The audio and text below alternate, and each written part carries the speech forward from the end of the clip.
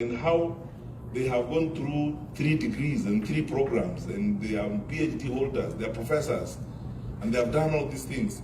These stories are a source of incredible and immeasurable inspiration to our people. If we found a framework through which a systematized and coordinated lobby or caucus of Kenyans in the diaspora would find this out going to our young people, you can actually do it, organize yourself either as clusters of counties or alternatively, divide yourself into various groups so that you help these young men and women to be inspired, to understand that life is much more than some of these temporary frustrations. Because, and as Dr. Frank Njenga says, and we worked together for quite a while, some of those challenges we are facing in our communities now, where young people are taking their lives, they are committing suicide as a result of frustration and so on and so forth, we could help in inspiring these people and telling them of the pathways we ourselves have charted and walked and have succeeded. And slowly we will begin creating a new generation of people who will come after us. They may not necessarily come to the United States of America, but they will found their life and do other things elsewhere where they are and succeed. And they will carry that message to another generation and another generation, as it were. So that now is the time, in my view, to systematize our support and strengthen, institutionalize ourselves in a way that has got very sustainable impact, as it were. Finally, I want to challenge you guys. Your voice is very strong. You are very influential in various ways.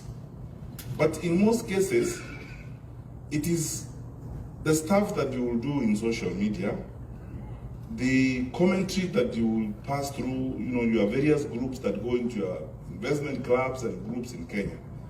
But you can still organize yourselves to be a very strong voice that cannot be ignored, even in political decision making in your country.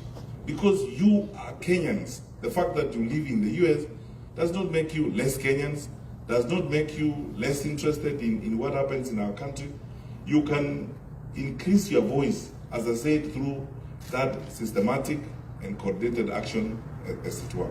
So as we have these conversations on what we are going to do to our country and how we are going to improve, our country, the truth is, we have challenges. Sometimes I think we are probably closer to the cliff than we think we are. But we can get out of it and we can cross the bridge because we are the long distance country. This is not a marathon. We are the long distance country. We know how to travel the long distance. We will overcome these challenges and move forward. The capacity we have as a country is such that within a generation we can achieve a lot. Now let us go forth and correct these things that we are talking about. Improve ourselves. The opportunity that we seek, because someone was asking me, why would you be interested in being a president? I say, because I know we are better than this, because I know we can do better than we are doing, and because I know what Kenya can do, and because I know what Kenyans can do, and that we can harness ourselves and move forward and do well for our country. So let us engage now in these deep conversations on how we can improve our society and how we can grow our economy and strengthen our people. Our better days lie ahead.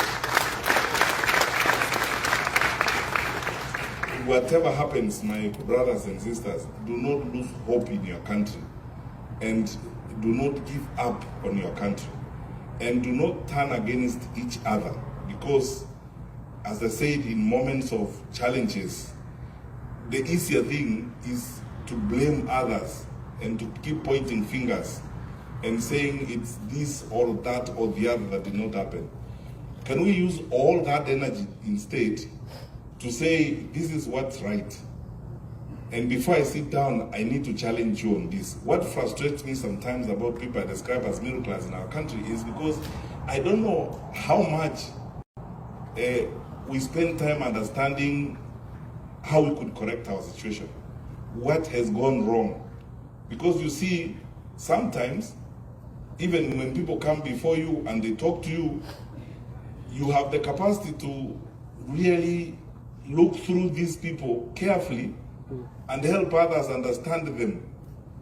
But you see, Kenya has listened to so many songs, so many stories, so many lies, you know, so many people praying in the public, lying, you know, and telling us what they are not, presenting themselves as diametrically opposite of what they really are.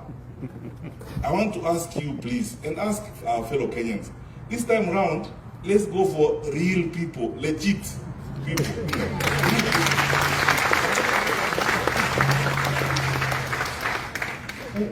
Let's look at people and what they tell us, and let's make that conclusion. You are good, but for other things, not this one. Or you can help us in another area, but not this particular one. This one, we need serious people to get it done. Because the business of building our country is serious business. These songs and, you know, these things you see on the political platform, sometimes I was telling some people, I find it very difficult to even go to a public platform and tell people, because you see, people have been saying these things. Because that's where they all start. You know?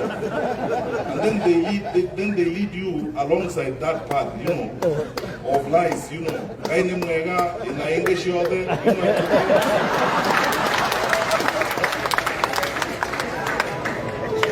Then when you actually, please, my brothers and sisters, the business of developing our country is serious business.